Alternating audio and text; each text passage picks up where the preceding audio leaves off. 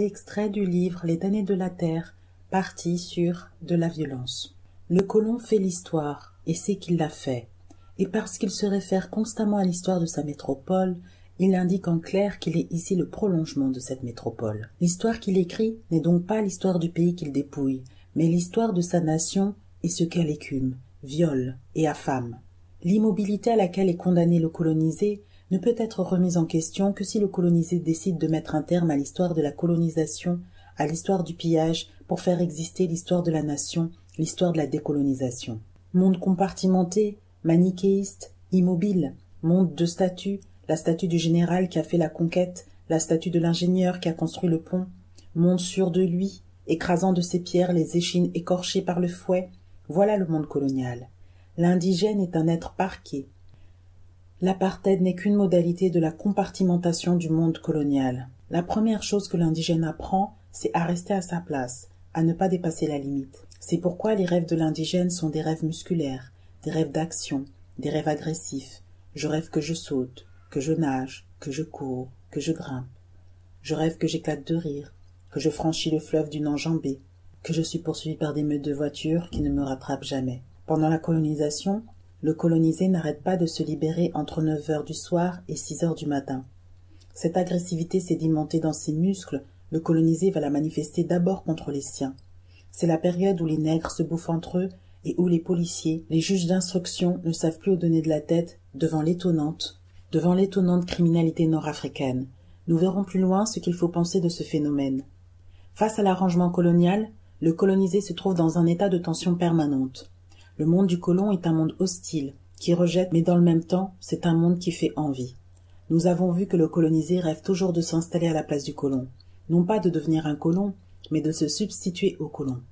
Ce monde hostile, pesant, agressif, parce que repoussant de toutes ses aspérités, la masse colonisée représente non pas l'enfer duquel on voudrait s'éloigner le plus rapidement possible, mais un paradis à portée de main que protège le terrible molosse. Le colonisé est toujours sur le qui-vive, car déchiffrant difficilement les multiples signes du monde colonial, il ne sait jamais s'il a franchi ou non la limite. Face au monde arrangé par le colonialiste, le colonisé est toujours présumé coupable. La culpabilité du colonisé n'est pas une culpabilité assumée, c'est plutôt une sorte de malédiction, d'épée de Damoclès. Or, au plus profond de lui-même, le colonisé ne reconnaît aucune instance. Il est dominé, mais non domestiqué. Il est infériorisé, mais non convaincu de son infériorité. Il attend patiemment que le colon relâche sa vigilance pour lui sauter dessus. Dans ses muscles, le colonisé est toujours en attente. On ne peut pas dire qu'il soit inquiet, qu'il soit terrorisé. En fait, il est toujours prêt à abandonner son rôle de gibier pour prendre celui de chasseur. Le colonisé est un persécuté qui rêve en permanence de devenir persécuteur. Les symboles sociaux, gendarmes, clairons sonnant dans les casernes, défilés militaires et le drapeau là-haut, servent à la fois d'inhibiteurs et d'excitants. Ils ne signifient point « ne bouge pas », mais prépare bien ton coup. Et de fait, si le colonisé avait tendance à s'endormir, à oublier la morgue du colon, et son souci d'expérimenter la solidité du système colonial, lui rappellerait à maintes reprises que la grande confrontation ne pourra être indéfiniment reportée. Cette impulsion à prendre la place du colon entretient un tonus musculaire de tous les instants. On sait, en effet, que dans des conditions émotionnelles données, la présence de l'obstacle accentue la tendance au mouvement. Les rapports colon-colonisé sont des rapports de masse. Au nombre, le colon oppose sa force. Le colon est un exhibitionniste. Son souci de sécurité l'amène à rappeler à haute voix au colonisé que le maître ici, c'est moi. Le colon entretient chez le colonisé une colère qu'il stoppe à la sortie.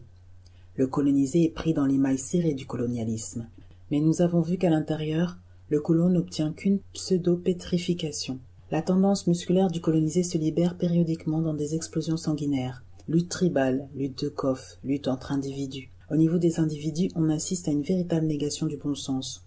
Alors que le colon ou le policier peuvent à la longueur de journée frapper le colonisé, l'insulter, le faire mettre à genoux, on verra le colonisé sortir son couteau au moindre regard hostile ou agressif d'un autre colonisé. Pour aller plus loin, je vous conseille la lecture de l'ouvrage de Frantz Fanon, Les damnés de la terre.